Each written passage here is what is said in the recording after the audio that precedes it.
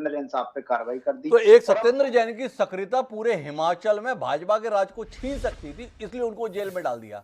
लेकिन मैं आपसे जानना चाहता हूं, गणेश जी और सतन शर्मा जी जो बात कर रहे थे उसके संदर्भ में शैलेंद्र नितिन त्रिवेदी से भी, क्या यहाँ पर केवल केंद्र में बैठी हुई सरकार ही सर्वाधिकार प्राप्त है?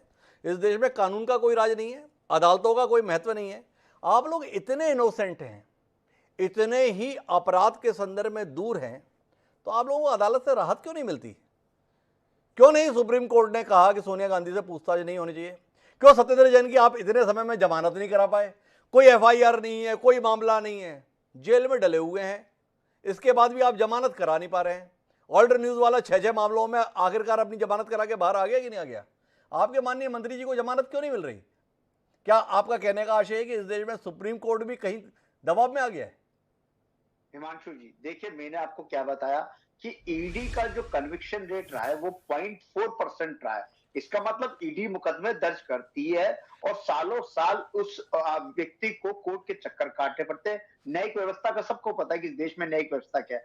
आज एल्ट न्यूज वाले मामले पे भी, मोहम्मद जुबैर वाले मामले पे देश की सबसे बड़ी कोर्ट को संज्ञान लेना पड़ा और उस देश की सबसे बड़ी कोर्ट ने यूपी पुलिस को लताड़ लगाई कि आप इस तरीके से एफआईआर करते जा रहे हो, एक के बाद एक के बाद एक के बाद एक।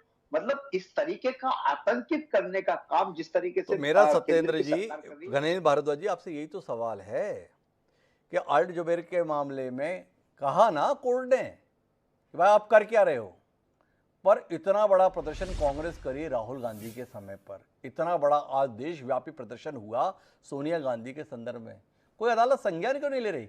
गलत हो रहा है। सत्येंद्र जैन माननीय मंत्री हैं दिल्ली सरकार के, भाई इतने महीने से जेल में बंद हैं, कोई अदालत संज्ञान में क्यों नहीं ले रही? इतने बड़े बड़े वकीलों को आपने अपने साथ जोड़ा हुआ है, अपनी पार्टी में रखा हुआ है, एक जमानत नहीं दिला पा रहे बेकसूर आदमी के संदर्भ में। तो वाकई मानेगी देश की जनता कि आपके नेता कसूरवार नहीं है तो भी फंसाए जा रहे हैं? अदालत से राहत क्यों नहीं मिल रही?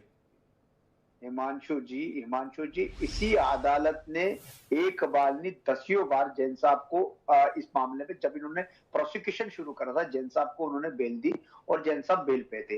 अब हो क्या रहा है कि क्योंकि देखिए न्यायिक व्यवस्था चाहे लोअर कोर्ट हो, हाई कोर्ट हो, कोई भी जुडिशरी पे आपको फेथ करना पड़ेगा, जुडिशरी का आपको पालन करना पड़ेगा, जो भी जुडिशरी का ऑर्डर होगा। इस वाले मामले पे जब सत्येंद्र जैन साहब की जमानत के लिए वहां पे जाते हैं, वहां ईडी का वकील नहीं आता, ईडी का काउंसिल नहीं आता, और जब काउंसिल नहीं आता तो उसके बाद क्या करती है माननीय कोर्ट, आगे की डेट दे देती है। 4 बार ये हो चुका है, 4 बार कोर्ट ने तो कहा, न्यायिक प्रक्रिया का भी शिकार हो रहे हैं, ऐसा हमें गणेश भारद्वाज जी बता रहे हैं पूरे मसले के संदर्भ में। लेकिन राजकुमार सिंह जी देश के वरिष्ठ पत्रकार हैं, वो इस पूरे मसले पर किस राय के साथ हैं?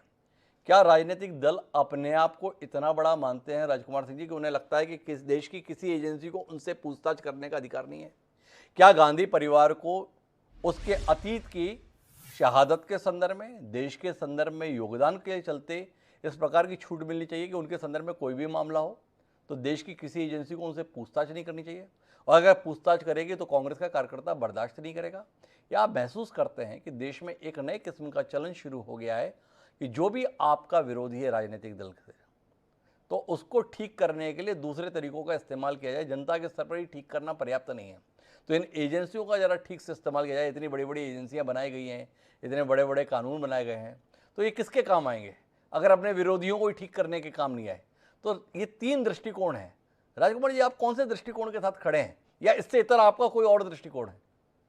हिमांशु जी, जो आपने तीसरी बात कही जी मैं उसे सबसे पहले कहना चाहता हूँ। जी ये चलन नया नहीं है। जी चाहे केंद्र सरकार हो चाहे राज्य सरकारें हो, अपनी अपनी एजेंसियों का दुरुपयोग अपने अपने राजनीतिक विरोधियों के विरुद्ध करती रही।